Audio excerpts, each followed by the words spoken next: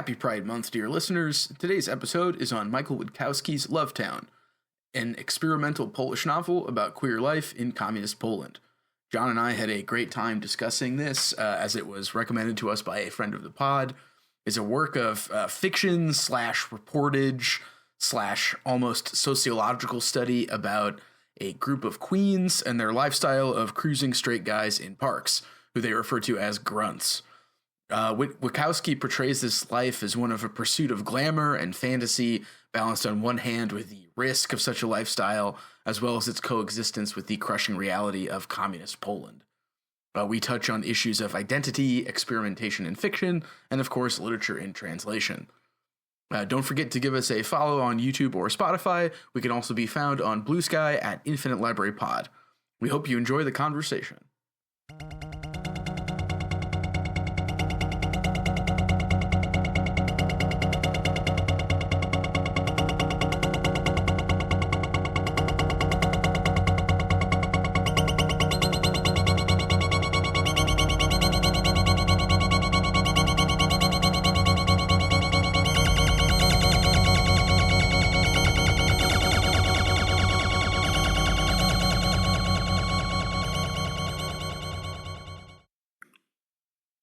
Yeah, I realized I didn't even write down what town this takes part in, so I'm glad you did that. For some reason, that just escaped my note-taking faculties.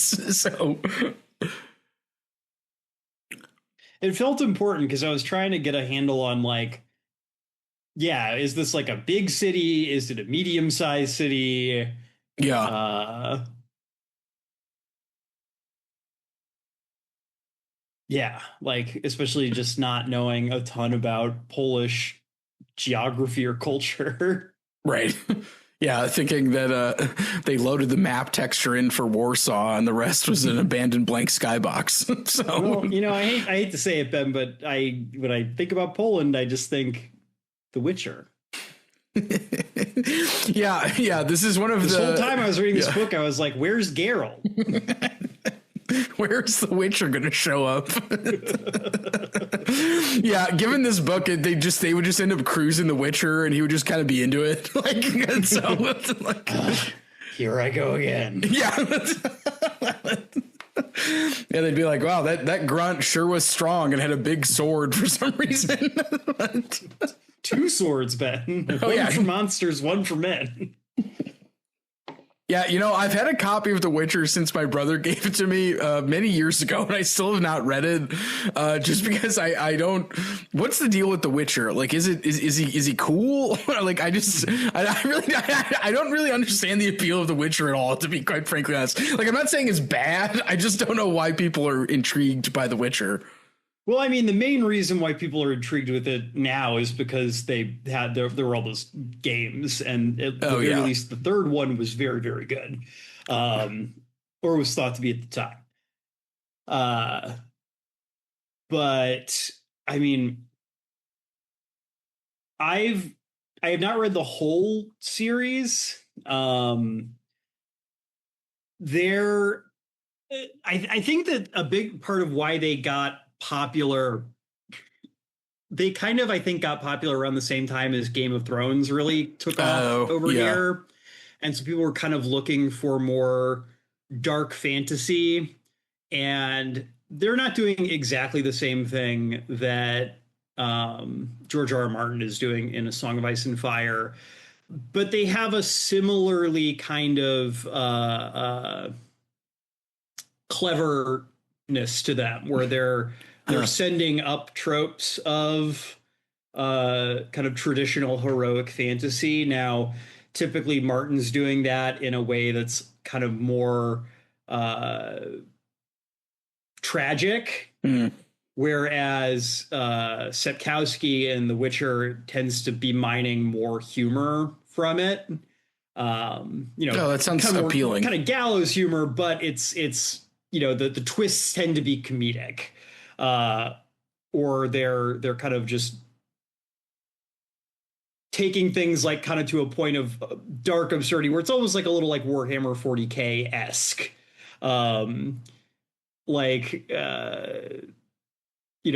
Geralt like sleeping with so many women and like Like there's one of the like very impactful stories in terms of kind of the overall story is he saves like a little hedgehog man, and then he finds out that the hedgehog man is actually the emperor of like the Nazi country that is like kind of the main antagonist through a lot of the books, who's under a curse.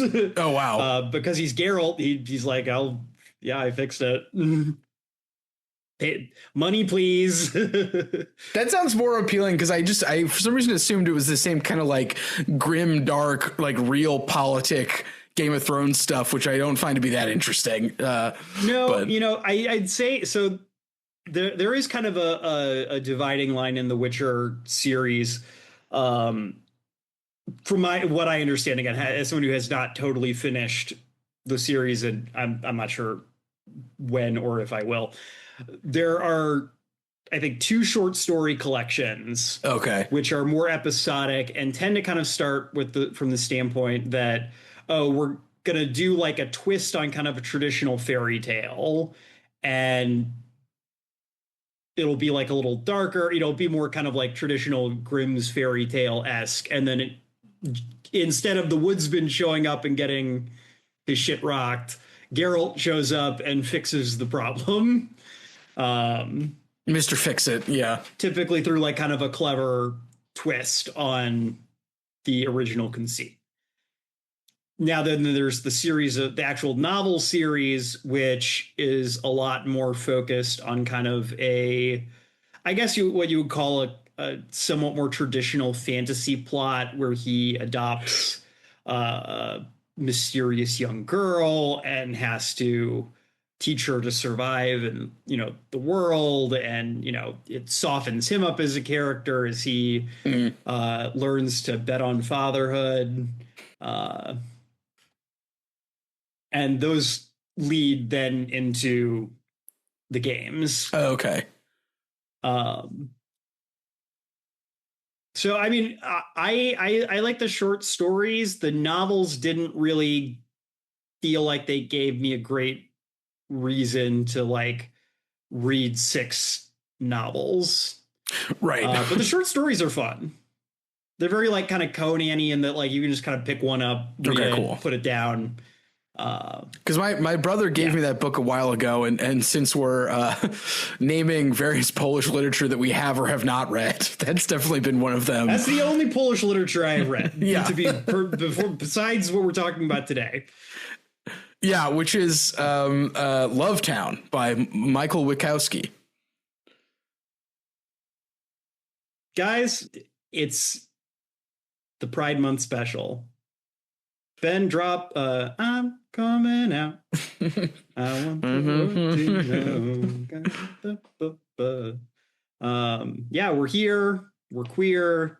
Get used to it. We're queening out. Infinite Library. Yeah, we're queening out this week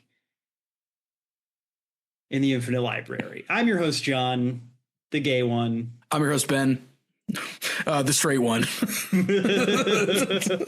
And like Ben said, we are talking this week about a book that I had not heard about until Ben recommended it.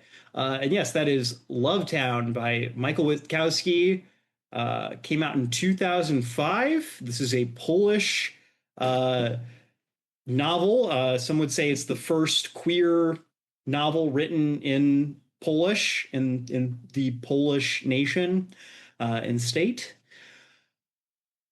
And it is a really interesting book. Yeah. Both in terms of the content and also the structure. This is, even though it's referred to as a novel, it has elements of memoir, of reporting,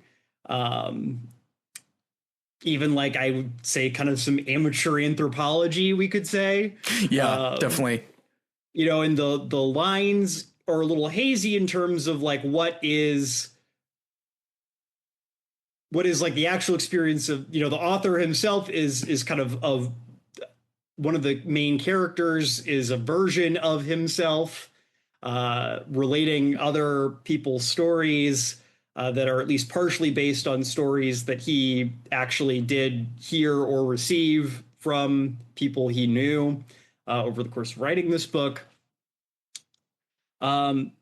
Yeah, well, I'm sure we'll talk more about all that as we get into it. But Ben, I wanted to start off asking you kind of why this book? There's a lot of queer lit out there that we haven't touched on.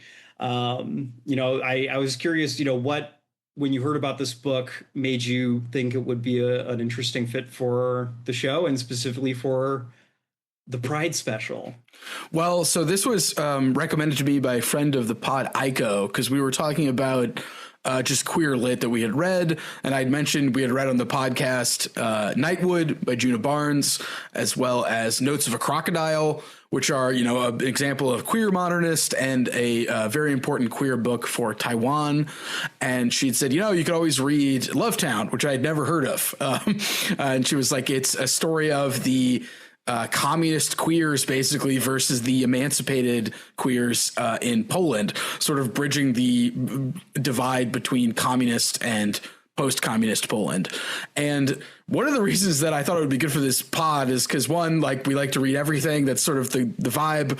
We'll read both the stories about goblins as well as the stories about professors with who are cheating on their spouses because their lives aren't fulfilled. But I sort of am interested, I think, and I think we are too, in novels that are experimental in form, which I think, as you were saying, John, this one definitely is. And I sort of have this theory, which I don't think is going to be applicable to all novels, so I would take this with a grain of salt, listeners, that if you're writing about an identity that is either not expressed ever in literature such as this one, or is not expressed to the degree that you want to, you will often have to kind of break the form of the novel that you're doing. Now, it doesn't mean necessarily like get rid of it, but there are elements of the novel that are better suited to explaining your identity than, say, some traditional forms. And in Juna Barnes, I think we saw that with sort of like modernist writing, a lot of shifting perspectives, a lot of mythology that's sort of intertwined with everyday life. In Notes of a Crocodile, we saw it with her kind of being like her journal. And so the idea of using her journal as sort of a launch pad for talking about these things. And I think with Lovetown, we get the reporting, we get the stories of other queer people. And then sort of the important part of the book is that a queer person is writing this book. And as the narrator will often say, like, I was there, like I knew these people, I talked to these people. And I think being able to sort of include your story in a bunch of other stories, I think is important to this book. And I think what makes it interesting as a novel, because the lines are hazy. And I think that kind of has to do with the identity. Now, I don't think this applies with every identity, and, don't take this as a hard and fast rule, but I think that's what makes it interesting reading stuff like this, because you can see what the form can do when it's talking about something that it doesn't, hasn't talked about before. The language hasn't encountered before.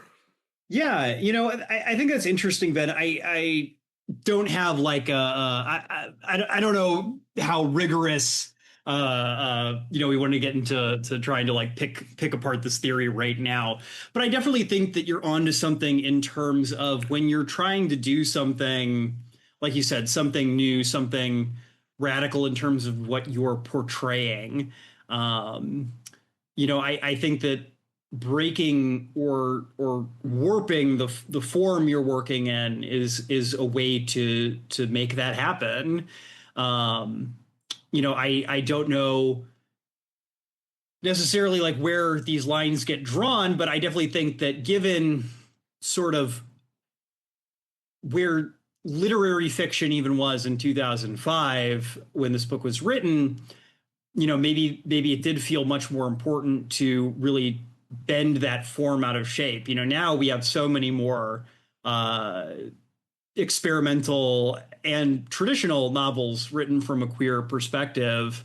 But Witkowski, I think, both writing in 2005 and writing in Poland, was doing something that, seems to have been very radical and was received as very radical when it came out. This book was very important in Poland, and clearly, had some impact outside of Poland. The fact that there is even a translation in English that we're able to read, I would venture to guess that most Polish literature, probably the vast majority of it, aside from at this point, the Witcher novels really does not get translated much into English. Yeah.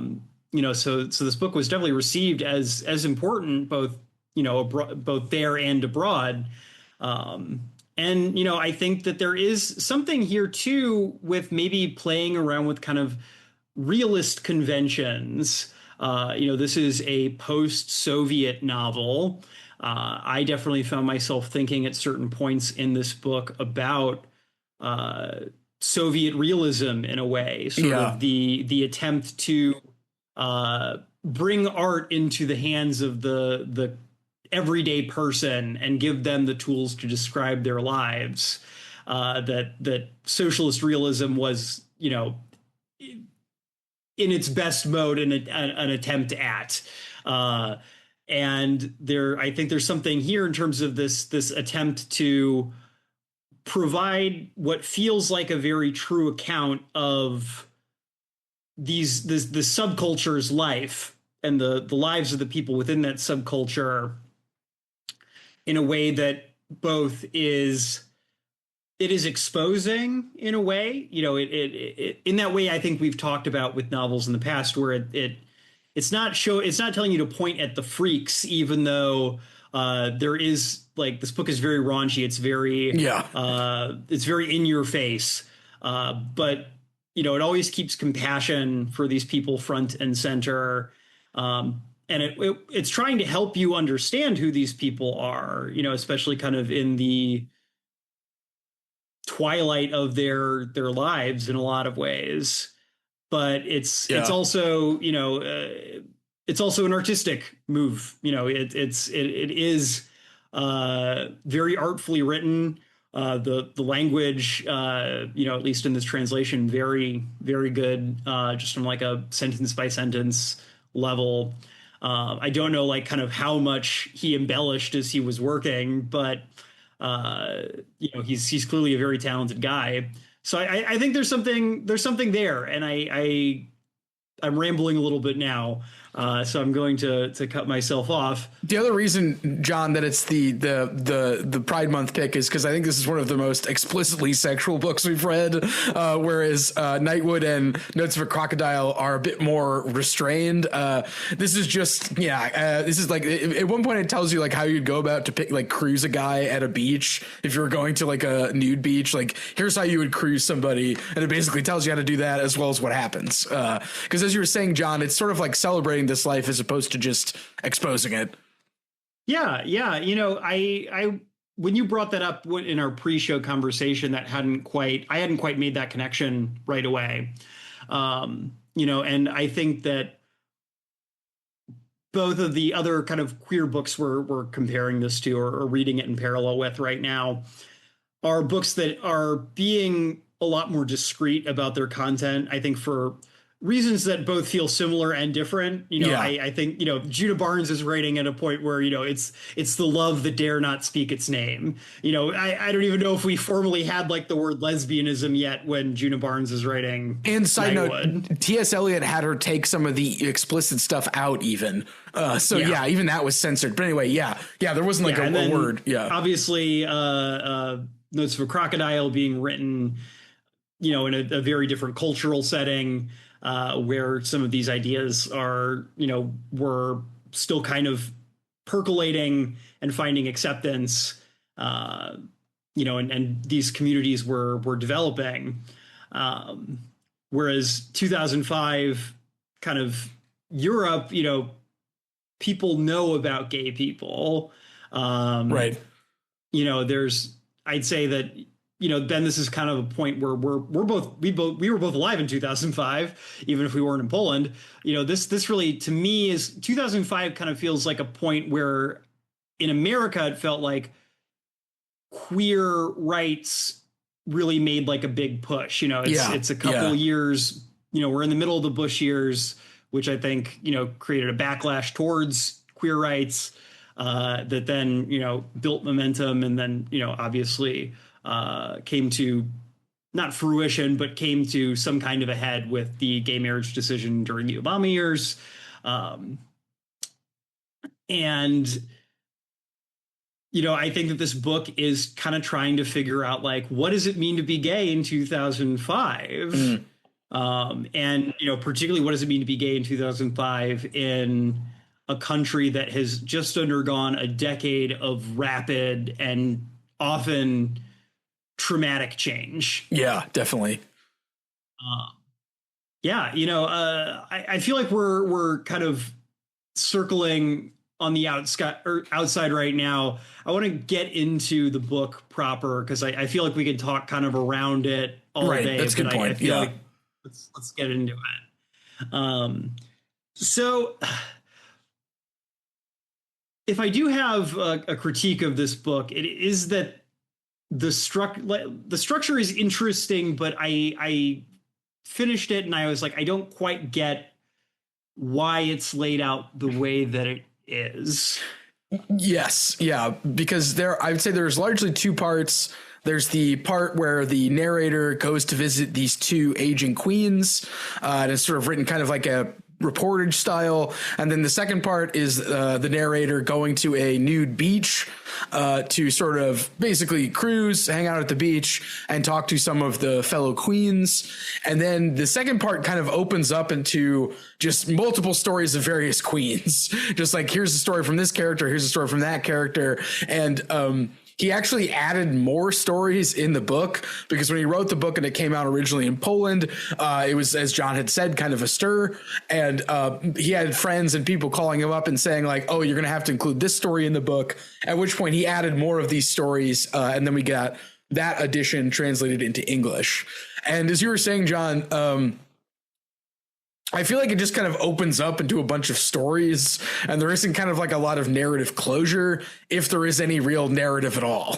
So, yeah. And the voice gets, you don't always know who's speaking at a given time. Yeah. Especially as we get towards the end of the book, even the stories will be interrupted so that we get kind of like a miniature essay that I think we're supposed to take as the character Michael Witkowski's like personal musings on some facet of Polish or gay life. Yeah, like what is Swish, for instance. Yeah, so might also be a different character talking. This might be something he, again, is constructing out of things other people have told him, or fragments that someone sent him of their own thoughts, and it's not always clear. Now I think that part I actually don't mind. I think it kind of adds to this almost like chorus like structure of the novel. Definitely. Yeah, where the idea is like this is a community speaking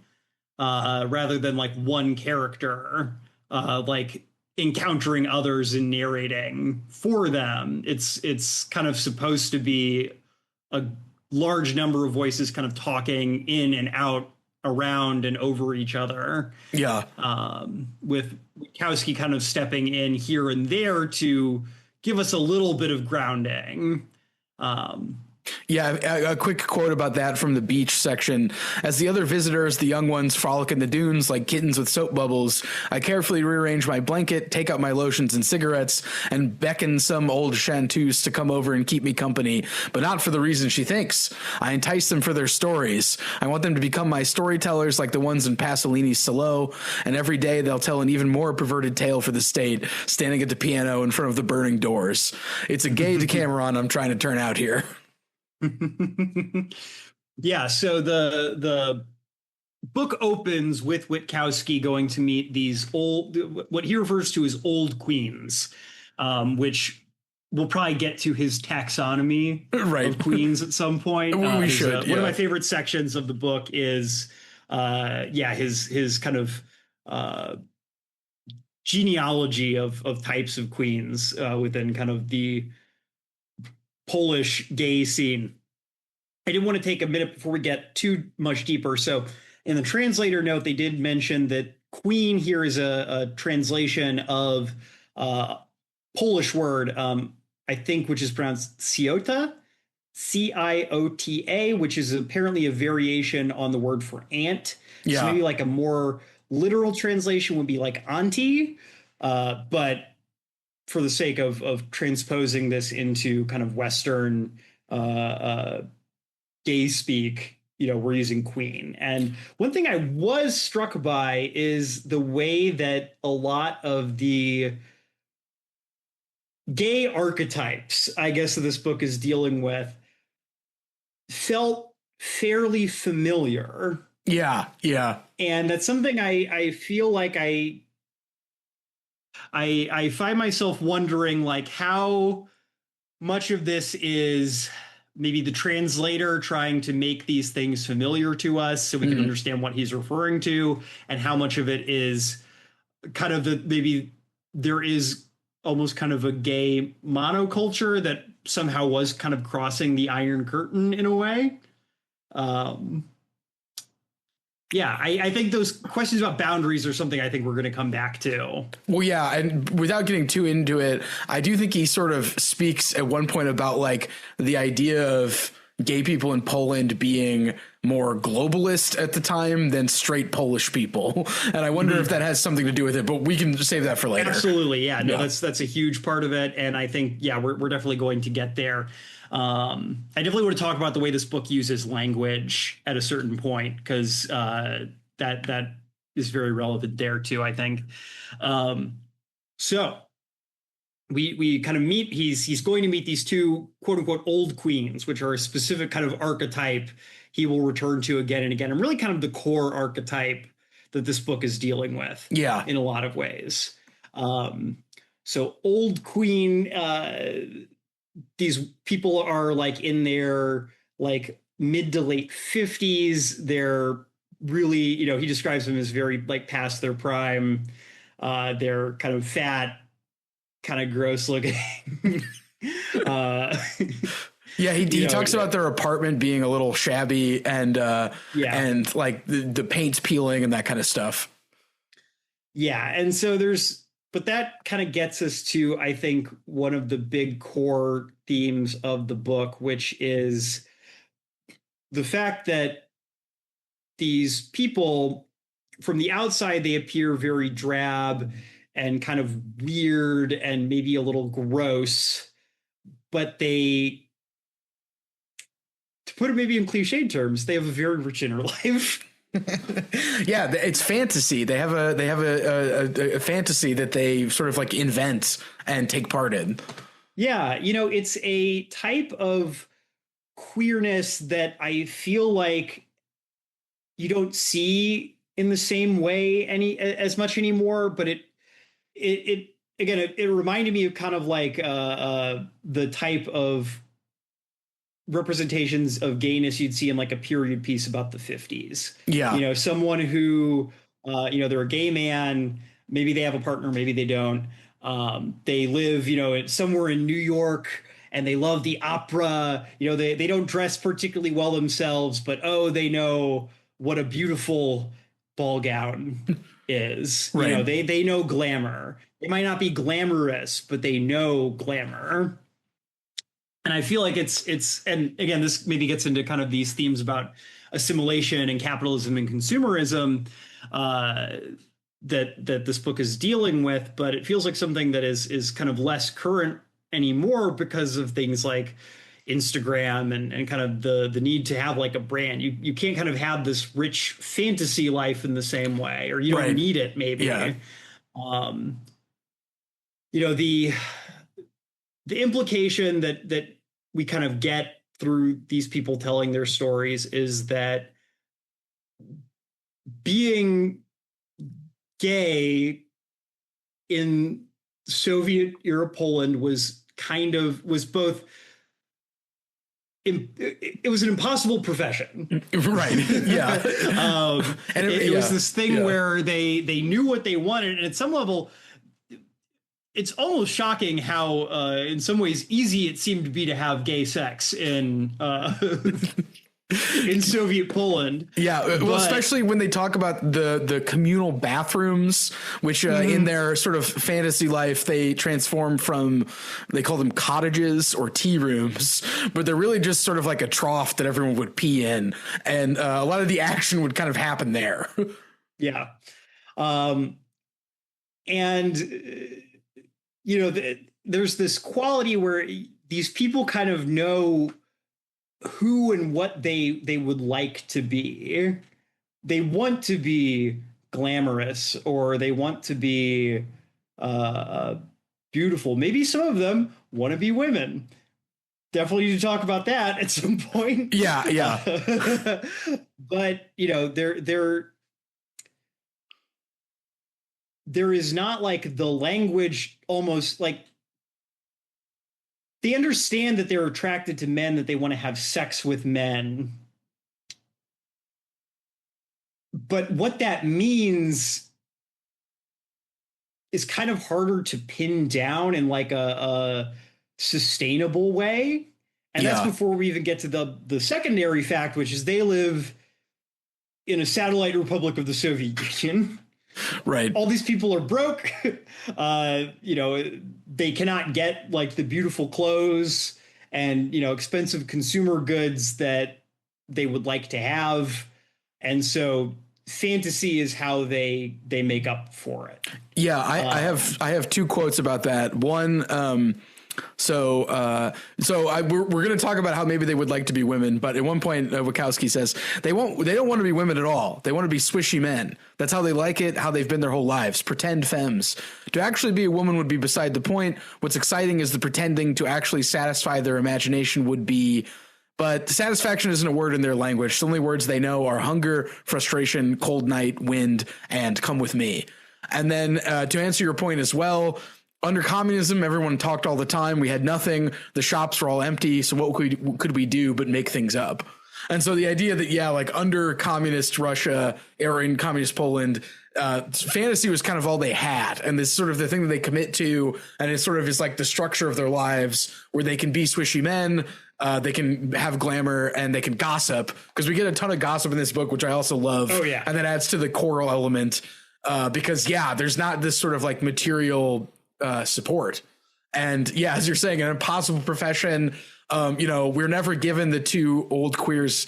We're only given the two old queens' names as Patricia and Lucretia, I think. And sort of the importance of having a pseudonym is very important in this book as well. That's kind of their structuring fantasy. And what it gives them, as another great phrase from Witkowski, it was just a bit of make-believe, something to make it easier to knock back the goblet of life, which tasted nothing like champagne.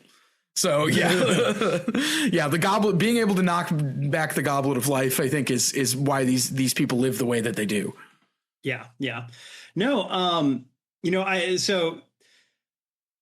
do we want to get into like the trans question right now, or do we want to leave that for now? Well, so I have a quote actually about that from an interview with Witkowski that I pulled from 2007 that I could use, but we could also save it for the end as well. So no, I mean, let's just because what I was going to say was that something that is interesting here is that, like you said, Ben, it's not just these two characters who go by feminine names. Every single gay male character in this book has a female named pseudonym. Yeah. And even beyond that, they refer to each other as girls, as queens, as aunties. They use feminine pronouns when they're referring to other people in their community. But there is still this understanding that they're not trans, which I found interesting. There's a reference at one point where they seem to know about trans women. There's a reference to those chanteuses who really think that they're women. Yeah. So it gets into, I guess, again, this question of fantasy. Maybe there's this identification with femininity. There's this desire to use femininity to attract masculinity, which we'll get into when we talk about grunts. Right. But there is still like this knowledge that there is some other core difference there, which, it's something that today, that line is very, very like well constructed at this point. People for the most part, if you have any conversationality with LGBT issues. You understand how being gay and being trans are different. You understand that as was put in a recent episode of Movie Mindset, being trans is not just like a version of being gay where you're so gay that you want to be a woman. It's a different thing. Yeah. But, I think that, so much of this stuff is about like the way we construct the language of how we talk about these things.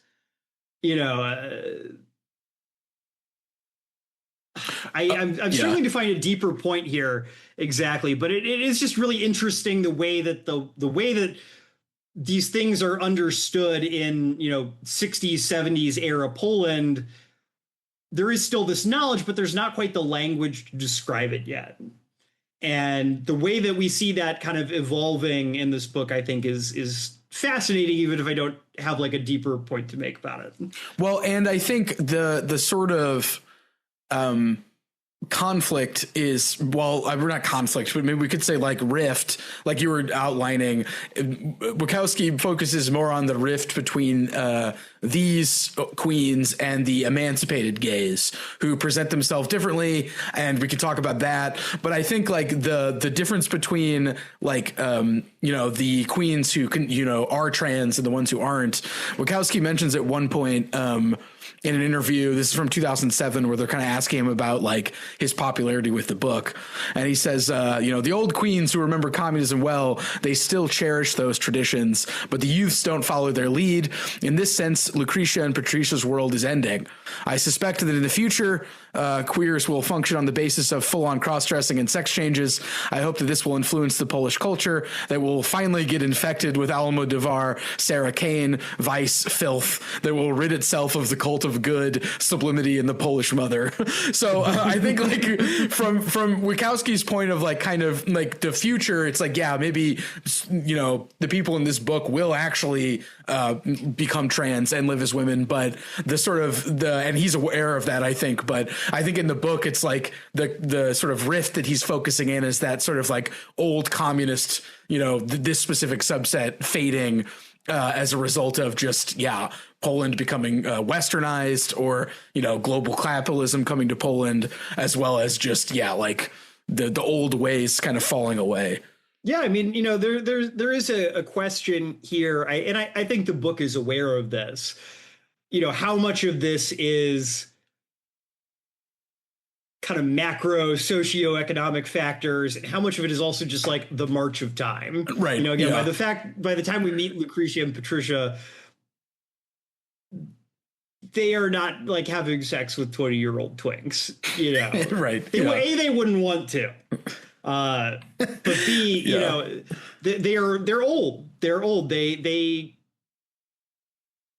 culture is leaving them behind, and there is a macroeconomic materialist portion of that, but some of it is also just generational difference in terms of like what people want and how people think, which I think leads us into another thing that I think is really fascinating about the way that this portrays sexuality. The gay sexuality of these characters. They are gay men who are at some level uninterested in having sex with other gay men. So very early in this kind of first section where we're getting this interview with Patricia and Lucretia, we get our first instance of the word grunt. Grunt. Which my discomfort even saying that would probably tell you a lot about me and my personal attractions. Anyway, translated, that is in Polish, it's I believe it's luj, L-U-J, which might translate more directly as like trade, as in like rough trade. But the definition that Witkowski offers us is that basically a grunt is a straight man who, by hook or by crook, a queen will convince, coerce, or seduce into having sex with him. Yeah. Usually in semi-public places such as the cottage, the tea room, or the park. Yes, and you might be able to tell from the name, grunts are not sophisticated people. At one point, either Patricia or Lucretia, I forget which one, says if he's finished school, he is no longer a real man. So these are like manual laborers, petty criminals, soldiers, very crucially. Yeah, the barracks is an important plot point in this first part. Yeah. But they are straight men, presumably they do not identify as gay. They are not part of this gay community. And the transgression of convincing a straight man to sleep with you seems to be like the ultimate thrill for these queens. They really do not seem to be at all interested in dating each other, or in, a really interesting scene that happens later in the book is an older queen relating their experiences at an all-boys summer camp. Yeah. And kind of this levels of like attractiveness that they felt to like different types of boys that they very like concretely metaphorize as like the bunk beds. And in the top bunk, there's like the quote unquote metaphysical poet who's very sweet, but is completely unsexy. And then you have the middle tier, which is just like some guy who, okay, if he's there or whatever, but he's completely unmemorable. And then in the bottom bunk, you have the grunts who are maybe mean or, violent, but are irresistible to them. Right. And was that also the story where she was relating how like all of her significant experiences are like a guy taking her hand and like leading her away? Yeah. And sort of like, that's always the important thing, is the guy taking me somewhere and then, us having like this experience. Yeah. It's something that, again, like, I'm sure that there are still gay men who like find the idea of seducing a straight guy to be sexy in the same way that like a lot of straight men would love the idea of like sleeping with a lesbian or convincing a lesbian to sleep with them. Which is the plot of Chasing Amy, not the best movie, but definitely was something that was big in the 90s. Anyway. But, again, like it within my experience of the LGBT community, there's a much kind of greater emphasis kind of on the gay community, right? Yeah. This idea that, I mean, maybe you have like a specific type of person you're interested in, whether it's a body type or personality type or something like that. And that can be problematic in its own way, but does not seem like trying to get straight guys so drunk that they will let you suck them off is something you would be willing to risk your life for. Right. Because that's the really scary thing here. Yes, is that at several points in this book, people will relate how one of their friends quote unquote seduced a grunt, and then when he found out that he had sex with a man, or when she did or said something wrong, he stabbed her 77 times and killed her. Yeah, or like that interlude about being turned on by walking past the prison, and then somebody's like an older queen is like, ladies, there used to be this queen who would always take care of the prison grunts as soon as they got out of prison, and she was subsequently killed. And so then they're just like, well, we won't deal with that anymore. But the danger inherent in this life, you were saying earlier, John, an impossible profession, is that comes to the fore here and sort of underscores the kind of precarity and the risk of living the ways that they do. Yeah, it's again, it's something that it's almost like a little hard to wrap your head around, because the way that it like is described in this book is that it almost feels compulsive for these people, that they cannot have it any other way. they have no interest in what like a safer relation. The risk is part of what's appealing about this for them. And maybe that gets into again these themes of deprivation, this feeling that you have nothing to lose. So why not take a risk? You know, there's a really funny story on this theme about a queen who sleeps with a grunt called the Shogun, who steals her passport and uses it to commit murder in Turkey. but also, isn't he kind of sweet on her as well? Like he's like, but he does commit a murder in Turkey. He's also an international hitman. And the queen is like, I was thrilled that he did this. It caused her all these problems in terms of like, she had to like get extradited to Turkey because her passport was found on a murder site, and apparently like had to spend time in like a Turkish jail, which I'm assuming in the 1970s were not fun places to be. But just the fact of the danger. You know, the danger is the thing that seems to add this element of romance, not in like not entirely like a romance novel way, but like in the like romantic poet way. Yeah. Like the danger is like what makes this worth it, because it's what gives some kind of meaning to their life.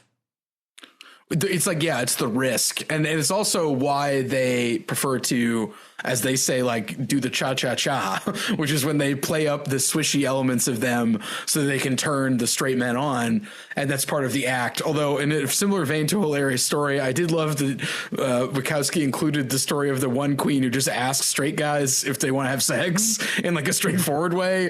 And it sort of works, but it's also, again, as you were saying, the potential for violence is higher. But it's like, hey, soldier, can I suck your dick? Like, it's like this very like straightforward, like, which I found is like, again, they're like, oh, she picked up people that way, but like wouldn't recommend doing that because the swish is part of the performance. So it's like, the two of them are like tied together. I also wanted to add, interestingly, in 2007, the interview that I found, the interviewer, I think, is kind of in on it, but they can't help asking Michael Witkowski if he's a sex addict, if he has to score all the time, and basically like the kind of dumb questions, but ones that I think are worth pointing out, as you were saying, John. And he's just like, he's like, what am I going to say? He's like, I've gone plenty of it without having sex. Like, and it just sort of feels like a weird question to ask him. But I think like, to me, like that suggests that like one of the other reasons he wrote this book is because he wanted to enshrine the like choice of this. Like they're like, as there's a compulsion, it's also sort of like they're choosing to live this way. Like this is their lifestyle. And sure, there's a compulsive aspect, but like, and I think it's interesting that before we're told in the first part that the interview is himself gay, when he's interviewing Lucretia and Patricia, he says to them, he says to the reader, as is often in the lives of sex addicts, as they're sort of like inviting us to like look down on these two people. But there's a part of it that's there. But I think at the same time, he's like, this is a lifestyle that I want to underscore as one that's valid, and that also, as we've been saying, might be going away in the kind of march of time, more or less. So, well, I think that part of it is, again, I keep coming back to this idea of deprivation and the fact that the portrayal of Soviet Poland in this book is that it is a place of unremitting boredom, drudgery, meaningless, just ennui. It is gray. It is bleak. There seems like there's really almost nothing fun to do. The only character we meet in this book who seems to have any kind of a vocation is Michael Witkowski himself. No one else. We get a couple references to the jobs some of these people do. There's one memorable part about a queen who was a zookeeper at one point. But no one seems passionate about their work. No one seems to be particularly, the few queens we meet who are students don't really seem passionate about their studies. The soldiers don't really seem to want to be stationed in Poland.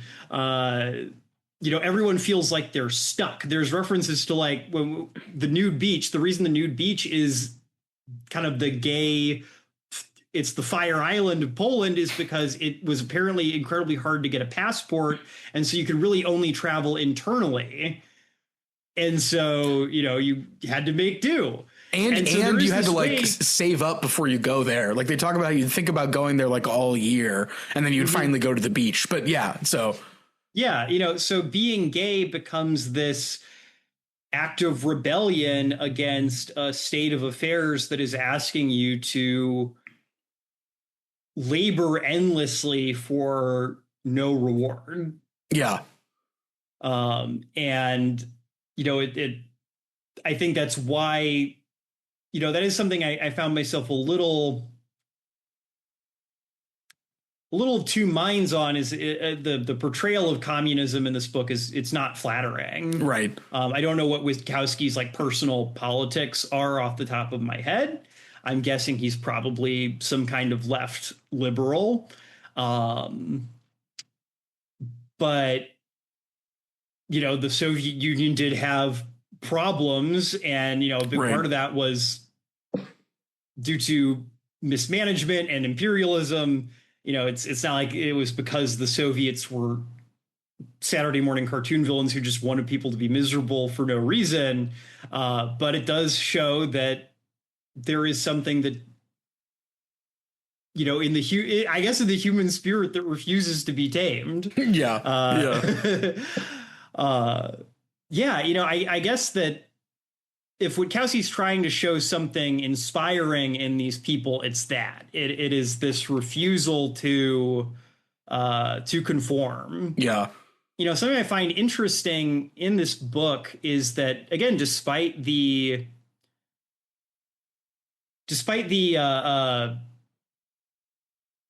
many female pronouns and names we see, there are actually very few women in this book. Yeah. There's an occasional like shopkeeper or a person who's kind of tangentially in this community because maybe she runs like a boarding house or something. Well, the lady who's in charge of that cafe that they used to all drink at, where the narrator reveals that he used to go there because the narrator himself was gay, or is gay. I really like that turn because I really feel like this book is really smartly constructed in that, like, everyone, like that opening where it's like, oh, I'm going to go talk to Lucretia and Patricia is written from a kind of like, I'm a reporter, I'm doing an anthropological study. Like, what should I say about these people? And then when the turn comes in, it's like, actually, I know them. like I went to the cafe they used to hang out with. I had one of my first sexual experiences with one of them.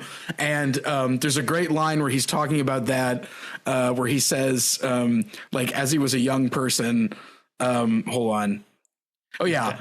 I was that boy. I who back then confused art with smoking, who confused being an artist with drinking, who confused writing with being a whore, with autumn, with everything. It was 1988. This is a wonderful flashback. And just like having him be there. And then the woman who works at that cafe is, one of the few straight women. And she's described as having like huge tits and being very kind to all of them, which is quite funny. But yeah, not a whole lot of women overall. Not a whole lot of women. You'd think, maybe we'd hear about somebody who's like in a lavender marriage, who's married to a woman. There's no lesbians in this book at all. Like this community, like there's no contact between them. And I have to assume there were at least some lesbians in Wrocław at the time. Right. But, there is something there. And as we get a little later into the book and we get into some of the narrator's musings, there is this attempt to compare and contrast gay versus straight culture. And, again, in lieu of having access to the rest of the world, like the modern gay of 2005 does, there is almost this greater need to find ways to rebel. Right. And it seems like there's almost a way in which having a ton of nasty gay sex is kind of the only outlet for this need to find more out of life. It's like it's a lifestyle that is an attempt to find more out of life. I also love, you mentioned the jobs. There's that great description of that weird hospital that Jessica works at, where there's all these mysterious doors and icons and just like this leftover jumble of like, this communist hospital that she's just it's built on a medieval like castle. Is the foundation. One of the few like descriptive set pieces in the book, but one that I think really stuck out for like the strangeness and her just kind of like imagining this other world for herself that's beyond this, where she can be glamorous and also have gay sex. It's very important. I think this is a good time to kind of bring up the way this book employs language and culture more broadly. Something that I was struck by as I was reading kind of that first section, we get to this scene where they are interacting with Soviet troops who are stationed in the city that they live in, Wroclaw, which is, I don't think we've mentioned, that's the city is kind of the main setting for this whole book. There's this beach that's elsewhere, but all these people live in this one kind of medium-sized city. And these troops are stationed there, and they are trying to seduce these troops, and the troops they speak in what is written as untranslated Russian or untranslated German. Not Polish.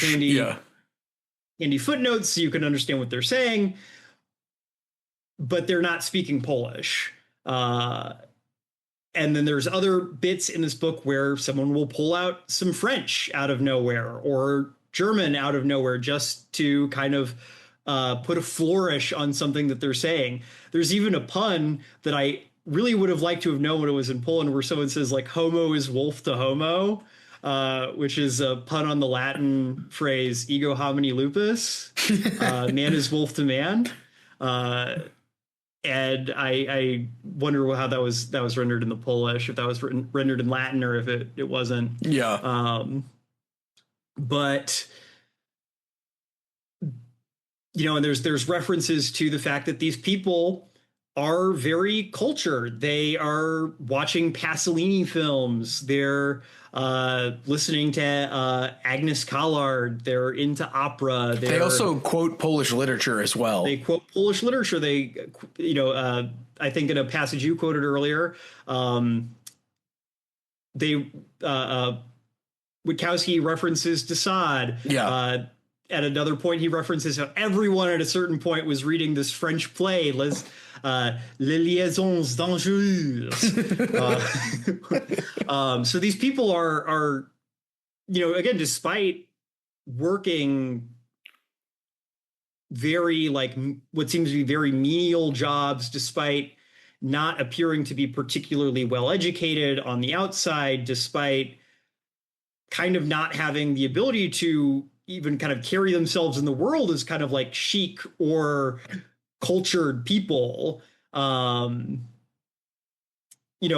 this way that maybe would be immediately recognizable. These people are all, to some degree, cultured, and that is kind of its own form of rebellion as well. The refusal to be parochial, to be closed off to the rest of the world, to, again, even though they can't leave Poland to be cosmopolitan, right? You kind of get the impression that a big part of why these girls know Russian is so that they can chat up these hunky soldiers. Yeah, and the barracks is sort of like one of the more nostalgic reveries for Patricia and Lucretia, because that's kind of where they basically got to hang out with all these guys and they had a great time. And they even talk about how the guys were sort of just they were sad that they were going to miss them, basically. And they were thinking about them as they go away from the barracks. And it's kind of like this nostalgic bit. Although at one point, I think one of them admits that she let the soldiers piss on her, and then the other one is like, "Oh, how could you?" Or it's like, and so there's kind of like a just that's disgusting. But like the way it's described is like kind of fine. It's like it happened. Like, you know, it's like yeah. I mean, yeah, the barracks. It's really. It's the closest we ever get to like, oh, this is like just good for everybody. Yeah, the good old days. Yeah, they're getting to sleep with these kind of men who, because of their jobs, and I think also because of their ethnicity, because there's definitely kind of an implication that like Russian men are considered to be like more manly than like Western Europeans or Poles. Yeah, you know, because of their position, because of their occupation. They are able to enjoy these fine queens' company. Without, when they're with the soldiers, it doesn't feel like they're in danger. Yeah. You know, and the soldiers actually seem to, like you said, have a great deal of genuine affection for them. And, you know, a lot of them say like, "You're my first love." Yeah. You know, it's incredibly sweet, but it's also this thing that only works because these people are transient. They leave eventually. Right. And so they're, you know, the sad thing, I think, and the thing that, you know, is a major breaking point between kind of this past gay world and the quote unquote current gay world of 2005 is that there really doesn't seem to be an implication that you can have like long lasting like love as a queen. Yeah. You know, you could have kind of this found family of other queens, you know, and you get the impression like Patricia and Lucretia, like they argue like an old married couple. Like there is real genuine care and love for each other, but it's not romantic love. It's not sexual love. It is familial love. Yeah. It's philos or storge. It's not eros. And that's sad to me. Well, and I also feel like you kind of see the substitute for that in religion. Because there's a big, and, you know, Polish is a Catholic country, but there's a sort of emphasis on religion. You know, one of them leaves at the end of the interview to go to church. And yeah, it is kind of sad that they're not finding anyone. Although maybe this is a bit biased from Witkowski, because if I could draw from this interview one more time, he says, so the relationship model that you prefer is not particularly romantic. I don't prefer any relationship model. I don't have any relationships. This does not apply to me. I get bored with everyone after the first time, which is still not that bad, since one of my friends gets bored already in the middle. Well, as to us, St. Valentine's Day, I can begin by saying that I hate America. This is a point where I could be accused of intolerance, aggression, lack of emotions I expect everyone else to have. But the fact remains that I simply hate this culture. I do not observe American celebrations. But anyway, I wonder if this sort of solitary life is a bit of, Witkowski's, if you want to take the biographical reading, you know, his sort of approach to life coming through. But I agree that I think, we don't really see a picture of, I don't know, long-term love relationship in this, you know, for better or for worse.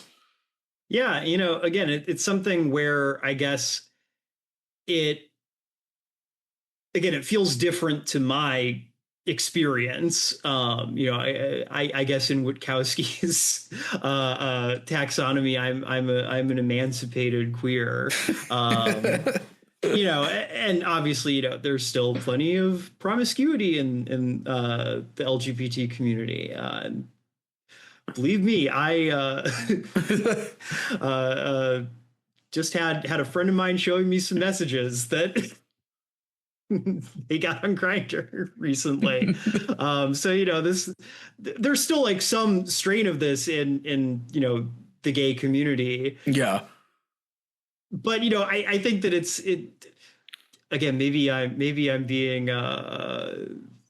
being painfully American right now, but it's like, it's nice to have the choice. You know, if you want to have something that is more long-term, more lasting, I think that's great. I mean, I'm all for Witkowski showing us this other way of living, and I think that when, again, like we just said, the relationship between Lucretia and Patricia is loving. They are not alone. This is Right. not this is not like a cautionary tale about like, look at these sad old fucks. Right. Look at these gross old people who just have to cling to each other because they have nothing real in their lives, which, you could tell this story, and if you portrayed them less sympathetically and if you switch the framing around, you could do it that way. That, they gave up on their chance to have something real, and so now all they can do is just sit around and peck at each other. Yeah, no, go ahead. Well, and it might be interesting just to bring up the emancipated gays as Witkowski portrays them, because I think that serves as a nice bridge to just talk about the beach section, which I liked a lot too, because it showed the interactions between different kinds of people. But as he says in that section, so when he's at this beach that he talks about, there's different kinds of people there, and there's a group of the emancipated gays, and he says, one of the emancipated gays, then he began telling me how it's people like me who give gays such a bad name, and that while we, i.e. me, the old deers, the blonde, and other frequenters of the dune were going at it like dogs in the bushes, they'd come here with their volleyballs, athletics, and fitness regimens to drag us out of our pre-emancipatory, post-picatory gutter. In short, they wanted to give us something useful to do. No fats, no femmes. No more opening my jaw the moment a bloke drops his drawers. It's love, mutual understanding, reciprocal respect. That's needed now. Sometimes other things are more important. Like what?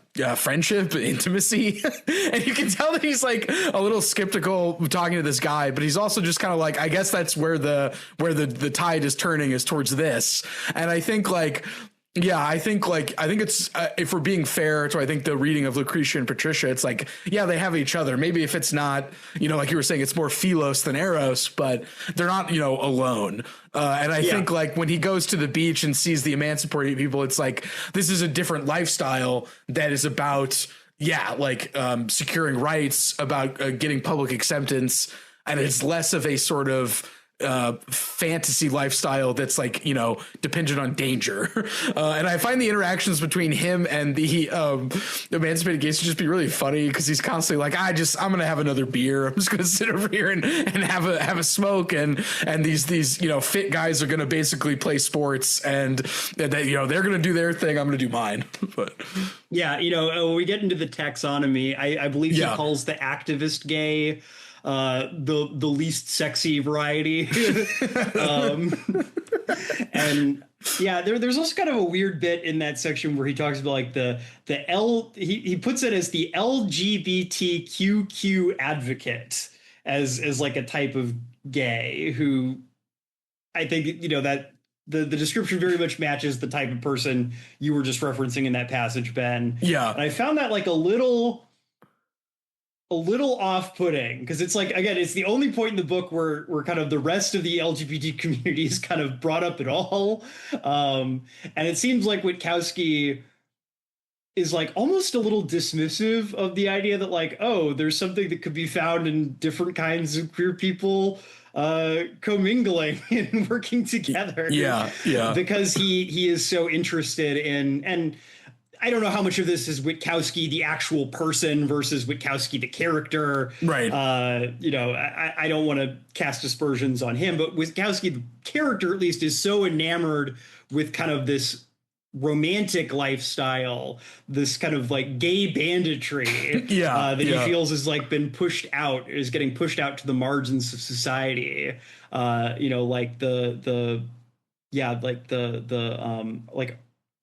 at Red Dead Redemption. They're coming up with schemes on the margins. But he is so enamored with that he finds the idea of like pushing for rights to be antithetical to what he and these people he's talking to find meaningful in their lives. The phrasing of emancipated gay is so interesting because if you take it literally, he's clearly using it tongue in cheek, but it's like, oh, the freed gays, the gays who are able to be themselves. But what he seems to be pointing at is like, okay, maybe communism wasn't great. Maybe we weren't having like a great time in Poland under the Soviets, but capitalism is almost more insidious because it gives you the illusion of freedom so that you actually give up the danger and the passion and the romance that made being gay meaningful in the 60s and 70s so that you can assimilate. You can have, you can get a doctorate in marketing and adopt a cat with your partner. Maybe someday adopt a child or get married and have this life of domesticity and mediocrity that Witkowski clearly finds so repellent. Yeah, there's a telling bit I think too where I think he talks to one of them and he says something like, "Is this sort of like talking to my therapist?" Like, and he's just like, I don't really want to talk to this guy anymore. And I think there's clearly a trade-off. I also think too, as he says in the interview, a smooth gay with gelled hair from an American TV show is easy to accept, but the true test of tolerance is the companionship of a filthy, wicked queen from the park, whom I adore, in case there are any questions. so yeah, like sort of the idea that, he can say like it's a bit more accepting to accept all kinds of people, even if I think, as you were saying, John, he's a bit more interested in a certain subset. And I think too, like, the romanticization of it, I think, is important, especially since, as he sort of alludes later, like there's not a lot of there's not a lot of people left to do this. Like, it's something it's kind of surprising we haven't actually brought it up yet, but given kind of the time frame that this book is set within, it's not surprising there is actually a lot of talk about AIDS in this book. And the Polish gay community was not insulated from that at all. And there's some really harrowing passages about people dying, people getting sick, people going mad. Right. And,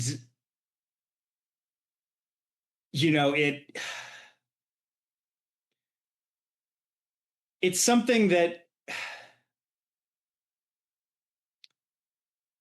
it's something that, like, again, it's never been something I've personally ever had to think about. I've never been worried about getting AIDS. I'm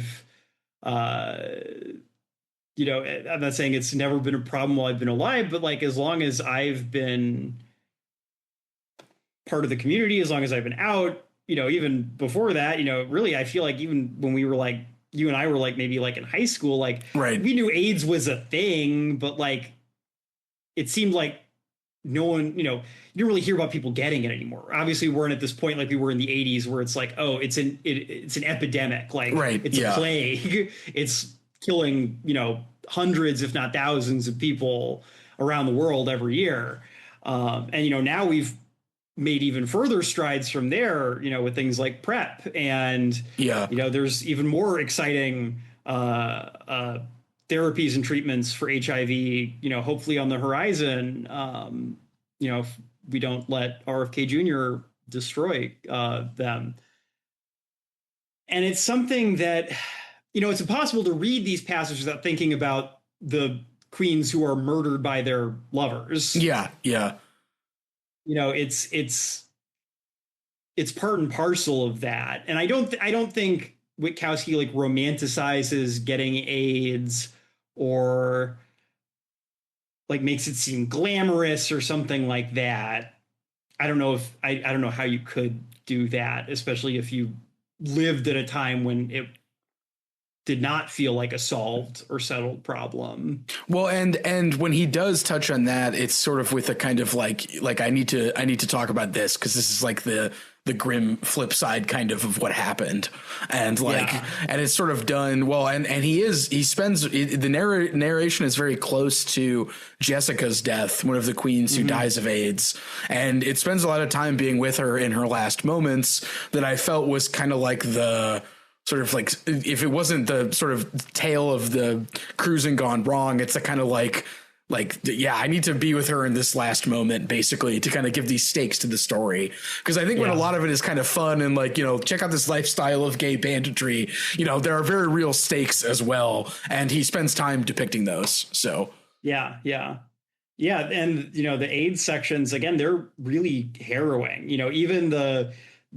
queens who get murdered, like, I don't want to say like he makes them funny, but just because of the way these people talk about it, it almost does get kind of a humorous cast. It like a gallows humor. Yeah, way. Definitely. Yeah. But the AIDS stuff, he doesn't pull punches, and it's one of the points in this book where we really lose any sense of levity, at least, you know, in my reading. But well, it does. Yeah. Go ahead. I also liked too that I don't remember the exact scenario of this. I have it marked. One of the queens kind of points up how like tough this life is, but even in doing so, she makes it kind of fun because she says, "You always had a screw loose. Here you have it, the life of a queen. Once a year, you get to grope something drunk on a bench in secret illegally, to suck an anonymous cock in the bushes, in the wind, in the snow. That's the life we lead. The life of a pervert. Admit it. You guys are all mental. You are. Really. Who do you think you are?" At that, she proudly raised her already handcuffed wrists as if she were only now expecting them to cuff her. Enormously impressed with her speech, she turned and said to the officers, "Gentlemen, do what you must."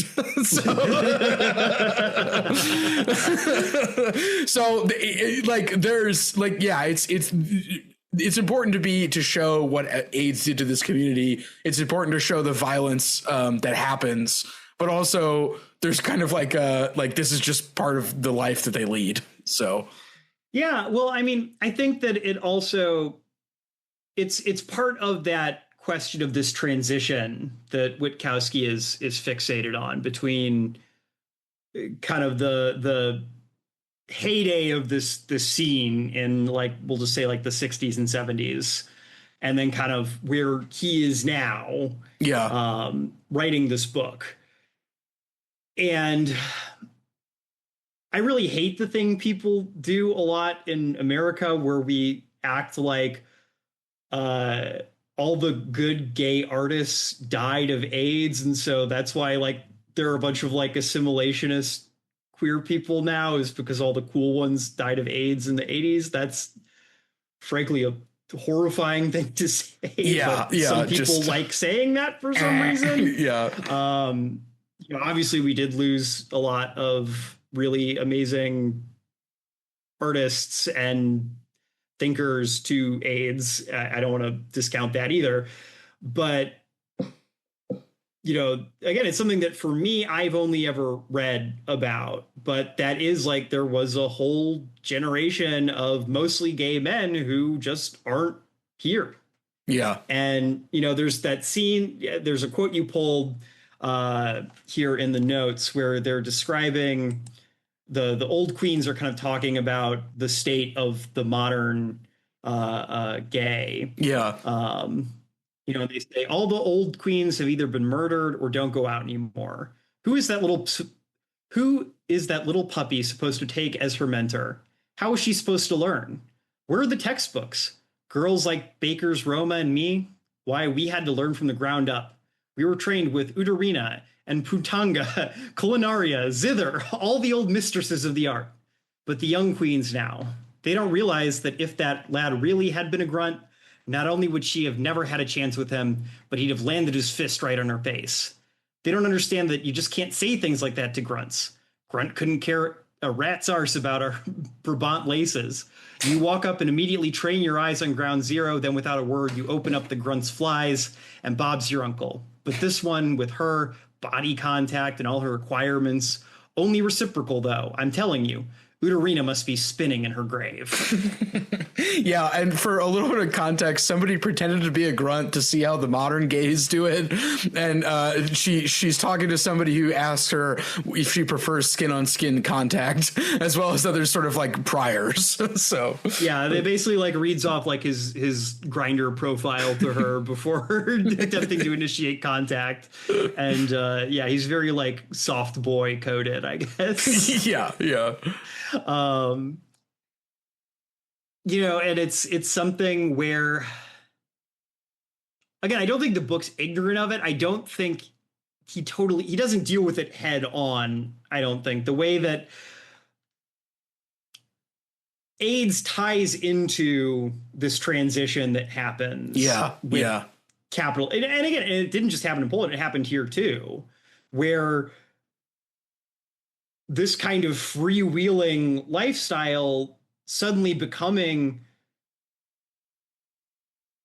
dangerous on like a totally different level. Right. Like obviously there was crime and violence that happened in the gay community pre-AIDS.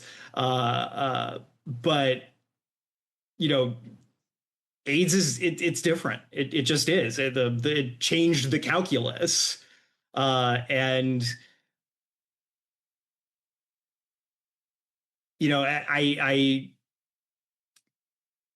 I think that that's part of what is going on here is all of a sudden, like, sex is risky in a way that gay sex in particular is risky in a way that it was not before.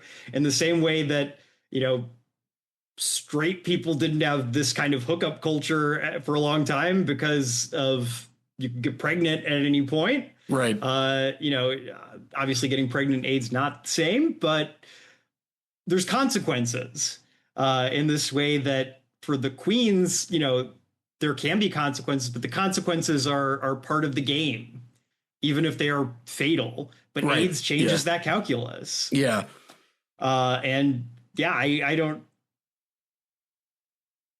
I can see how that makes people crave safety and monogamy and things like that in a way that maybe they didn't before. I think healthiness is part of that, because as he says, no fats, no femmes.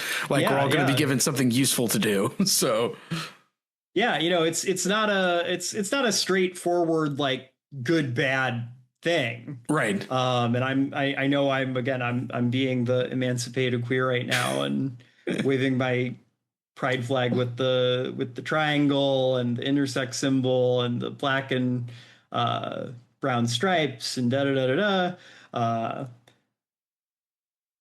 But it's something that it's there. I'm not saying Witkowski does not deal with it, but it's not directly handled. It's something that's there subtextually, and I think is really important. If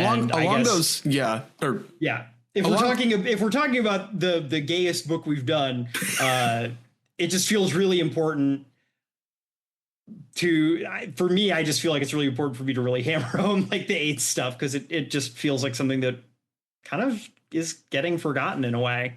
Yeah, especially the sort of like just the fact that it was like, oh, AIDS killed the queer the best artists in New York feels like a history blindness argument to make, like just not fully being aware of what happened in any way. And along those lines, I did want to mention briefly the character of the apothecaress in the beach scene, just because. So she's a health conscious queen, and she has most of her gay sexual activity online using a webcam. And I think I wanted to just make a note. I think it's interesting that he kind of alludes to the possibility of the internet facilitating hookup culture. He talks about how one time he befriended somebody who he thought was a beautiful twink and ended up being a person who was handicapped when he met them in person. And the apothecaress is clearly into this sort of sex because it's safer.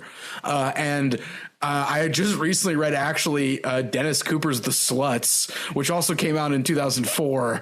And in that one, the internet sort of facilitates this like shimmering dream of violence and desire where everybody can play all these personalities online that far exceed the reality of the hookups that they promise. And it's an entirely different take, whereas Witkowski is sort of skeptical of the internet as to what it will be able to do. And the one character who uses it is clearly doing it as kind of like a reaction to what happened with AIDS. And so it's a defense. Yeah, it's a defense. So I think there's kind of a like you were saying, John, I think he doesn't have the answers to everything, but he's at least aware of where some of the currents are going in, this culture. So yeah.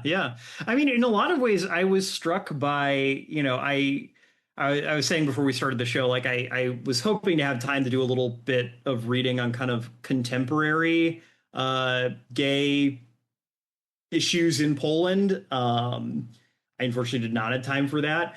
And this book is literally 20 years old this year.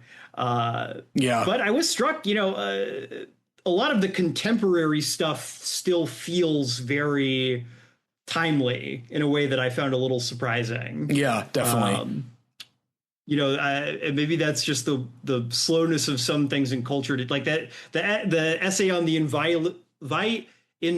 inviolability of the car, still felt very relevant to me. Honestly, that was one of my favorite parts of the book, besides the hilarious lines, was the little like theory essays at the end, because I felt like they were a really nice like distilled bit of what the book was doing just in like a paragraph. And in that one, Witkowski talks about straights having really fixed identities to their cars, their sports team, their brewery, whereas queer people have a lot more like unfixedness, and that sort of unsettles the straights. So yeah, basically the idea that straight people build their lives around rigid categories and rigid boundaries that cannot be crossed, whether that's the boundary between your country and another country, your culture and another culture, your car and someone else getting into it, your girlfriend and someone else sleeping with her. Yeah.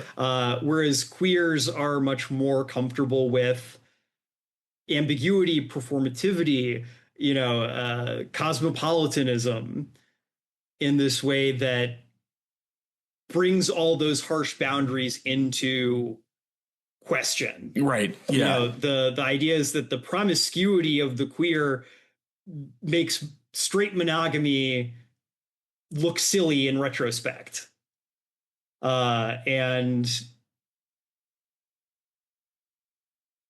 There's still something. I mean, again, we're living through a backlash. A conservative backlash that was at least partially motivated by people's fears about, in the specific case of America, for the most part, gender transition and the fluid boundaries between gender lines. And the family as this unit, yes, that is conceptually solid, according to them. I guess if we're talking about the family and patriarchy, we're going significantly further back than even this book does historically. So maybe it's not surprising that this is still relevant. Yeah, but Witkowski does feel he's a very very canny observer, and he's definitely, like you said, Ben, he's picking up on trends that I think were still kind of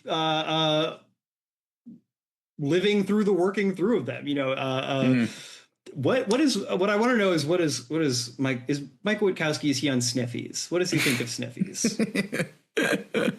Yeah, what's he up to? A curious public needs to know. Well, you can find videos of him like reading his book. He's still going strong, as far as I can tell. Like he does his own audiobooks, and sometimes he does like videos of him reading them as well. So that's really good. Okay, I'm definitely going to look for some interviews. Hopefully, there's some translated stuff, because I'm very curious, kind of like what his voice is.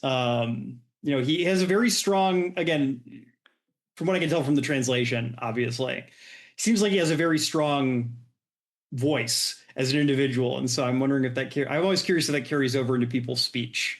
And another bit from the interview.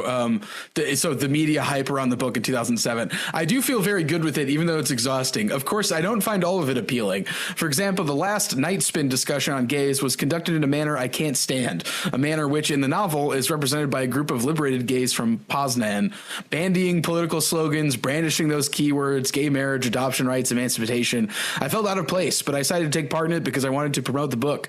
Journalists can't get over the fact that I am not a political activist, and in the presence of gay activists, I feel completely ostracized. In such moments, I sometimes want to say, "You girls talky here. I'm going to this train station. Maybe I'll score." Or maybe I'll start powdering my face while on air.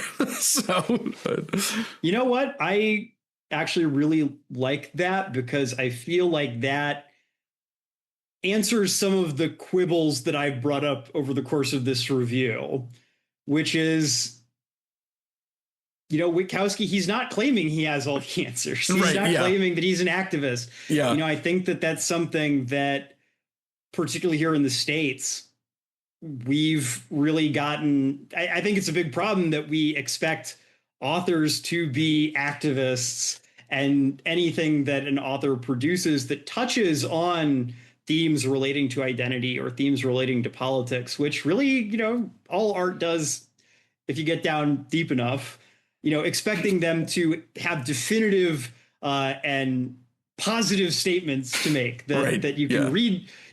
I came away from this book and I felt like I learned something about some culture I didn't know about.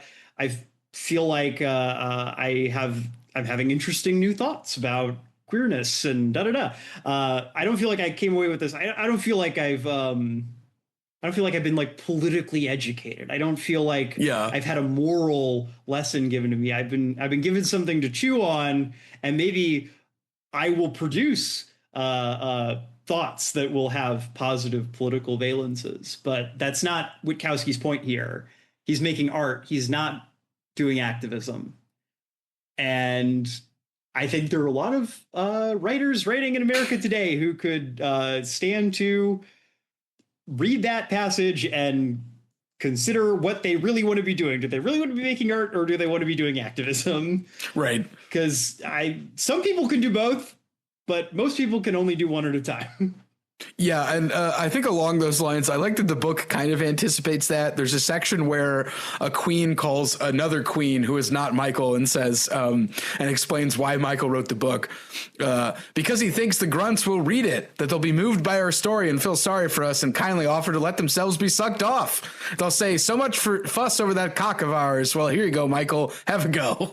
And the Slag will go off on reading tours on military bases, and she'll be doing grunts all over Poland, and we won't get any, even though the stories are all ours. She's a high-class lady now. She won't be joining you on excursions to the park like she used to. Oh, no, that would involve getting herself dirty. Come on, we'll rob her or drag her name through the mud. But I like that one of the characters is just like, yeah, she's just using this so that she can get more sex. But to your point, John, I agree. I like that this is complicated, and I think in taking such a almost sociological angle, I think it avoids giving an exact moral, and instead is like, here's this picture of life, essentially.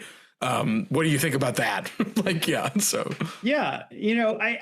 it's something, you and I have talked about one-on-one is clearly we're not the first people who've noticed this. We're living through kind of a boom in terms of translated literature. Yeah. Particularly translated literary fiction.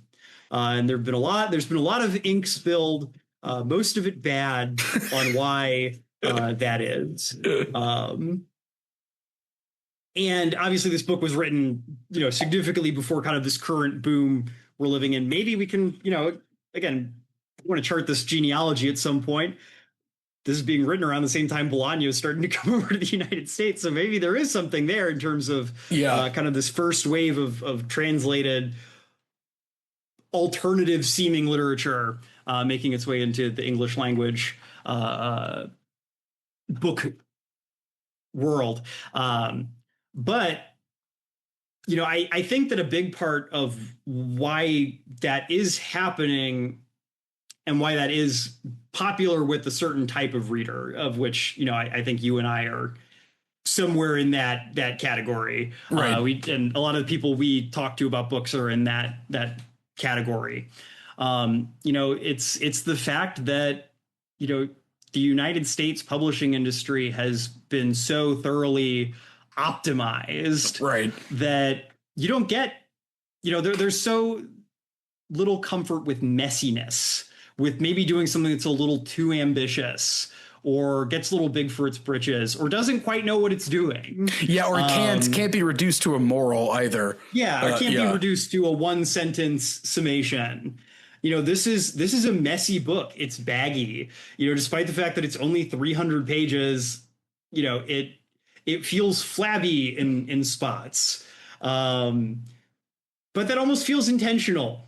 in right. a way. Yeah. You know, I don't feel like this book was poorly edited necessarily so much as the bagginess is part of the aesthetic effect it's supposed to have. It's supposed to be like one of these old queens. It's supposed to be kind of paunchy and a little shabby. And just saying like one more story I need to tell you. Yeah, one last thing, and then oh wait, here comes somebody else. We're gonna say something else, but yeah. You know, it's a little mean. It's a little bitter. You know, it doesn't have a nice, clean, happy ending to bow everything up in. Right. But that's I like that. I like that that's the type of book this is. I like that Witkowski, you know, was given the opportunity to be messy and to be experimental and to be, you know, to do something other than just shiny, optimized, you know, perfectly edited, kill your darlings, efficient prose delivery.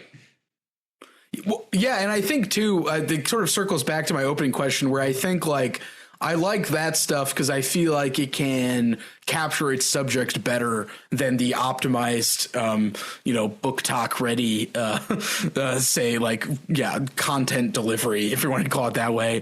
And I like those sort of messiness to it because I think it gives it that sort of artistic effect that we want, where it can't be reduced to, yeah, slogans, morals, or summaries. Well, you know, it's something that, you know, I think about a lot. You know, I know it's something you and I have talked about on the show is how do books fit into art more broadly? Yeah. You know, and we don't think a lot of times about books as aesthetic objects the same way we might think of a sculpture or a painting as an aesthetic object. That every choice made by the author, whether conscious or unconscious, is important. It says something about the project that is here. Yeah. And if you sand off all those edges, you can lose something in that. And this book, in having rough edges and having too much, that's part of the aesthetic effect that it has. It feels like you're talking to like a 62-year-old gay guy who hasn't listened to any new music since Maria Callar died. And who's like maybe trying to get in your pants, but maybe they're just too friendly. It's a little hard to tell. Whom amongst us has not been in that position? But, you know, that's the effect that this book has. That's part of its aesthetics, but it's not how most books in America are designed to be like today. Right. Yeah. And, you know, I think that that's a big part of why translated literature is having a moment right now, is because other cultures, other countries are much more comfortable with this idea of a book as a fully artistic object that is not just designed to efficiently deliver plot as effectively as possible. Yeah, it's always interesting seeing those book talks where it's like, I need a book that makes me stare at the wall or makes me start crying. And I think having that kind of, I don't know, that can have, that's hard to, you know, put down to specific like plot or that kind of stuff. But I feel like when it's a plot focused book, it's designed just to, it's like watching a TV show. And I like my stuff to be like a little more, hard to pin down. So. Well, you know, I've said this for a long time, and we might be getting a little off topic here, but a big part of the problem with kind of modern American literature is that, particularly in genre, most people who are writing books really want to be making movies or video games or comic books, but don't have the skills to do that. But because they learned how to use a word processor when they were in school, they think they can write a novel. And so it's not really what they want to be doing, but it feels like the closest thing that they can get to what they really want to be doing. The thing they really want to do feels out of reach. which I sympathize with that. Yeah. But I do think that's a problem with kind of the state of modern American literature. And I don't know if there's a solution to that, obviously. That's not what we're here to do. But it's my podcast. I get to stand on my soapbox when I want to. Yeah, my solution, listeners, is to read more, read stuff that's weird and from other languages, because ideally your expectations for something will be changed as a result of that. So, plus, I need the Dalkey Archive to put out a full John Fosse fit. I want John Fosse crop top hoodie, John Fosse sweatpants, John Fosse X Nike kit basketball shoes. Yeah, John, you're gonna get added to the Queen dictionary as the John Fosse Queen. Nothing would make me happier. I want knuckle rings that say septology when I put my fists up. I need the Fosse fit. I gotta be swagged out. Swag for all my friends. Yeah. So buy more Broderist literature from the Dalkey Archive, and hey, Dalkey Archive, maybe put out a new edition of Lovetown by Michael Witkowski. Yeah, the public demands it. So, yeah, listeners, if what we've said here has been interesting, one small word of warning: we did not realize when we picked this book, very hard to find these days. Ben, I think you said that your university said they had a copy and then didn't.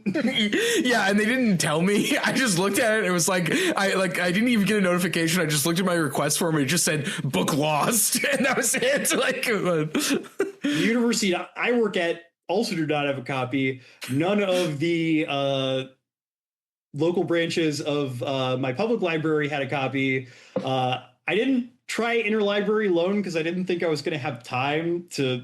I didn't want to risk it not getting here in time. Originally, we couldn't even find a copy sailing the high seas. So if you do want to read this, unfortunately, your only option is to give Jeff Bezos money and buy it on Kindle, apparently. Yeah, sailing the high seas, you'll encounter a lot of versions that aren't in English. And friend of the pod, Aiko, originally found it at a half price, which may be the more safe alternative to Jeff Bezos and becoming a pirate. So, I think I looked on Thrift Books for a copy of this because typically I try to buy the books we do for the show just because I want to be able to take notes and things. And I like kind of having a physical record of like what we've done for the show. But usually I try to buy used if I can, just because, we chart out a season. I don't want to buy like 10 books all at once. Yeah. Brand new. And I think that I couldn't find a copy of this for like less than like $50. Jeez. But I mean, finding stuff in person is always a little different. I found a book on Confucianism at a locally used bookstore for $5. I looked it up on Thrift Books, and the cheapest copy they had was $120. Jeez. So, used bookstore can be a real treasure trove. Yeah, that's the art of the deal. That's the art of the deal, baby. Donald Trump could not make that deal. Yeah, the deals are my art form. Yeah, I'm gonna be the deals queen. Yeah, the deals queen is always making deals. Yeah. All right, listeners. Well, happy Pride. To those who celebrate. Yeah, happy Pride. We hope you enjoyed the episode as always. Definitely recommend giving this a read if it seems like it's up your alley. We will be back in 2 weeks with our second episode on 2666. This one on part 3. Can't wait. Yeah, going to be a fun time there. In the meantime, you know where to find us. There'll be the bit at the end where we'll have all the good stuff for the follows and all that, tell you all that good stuff. So I don't have too much to say, but Ben, my favorite book queen, Semper Books. Semper Books.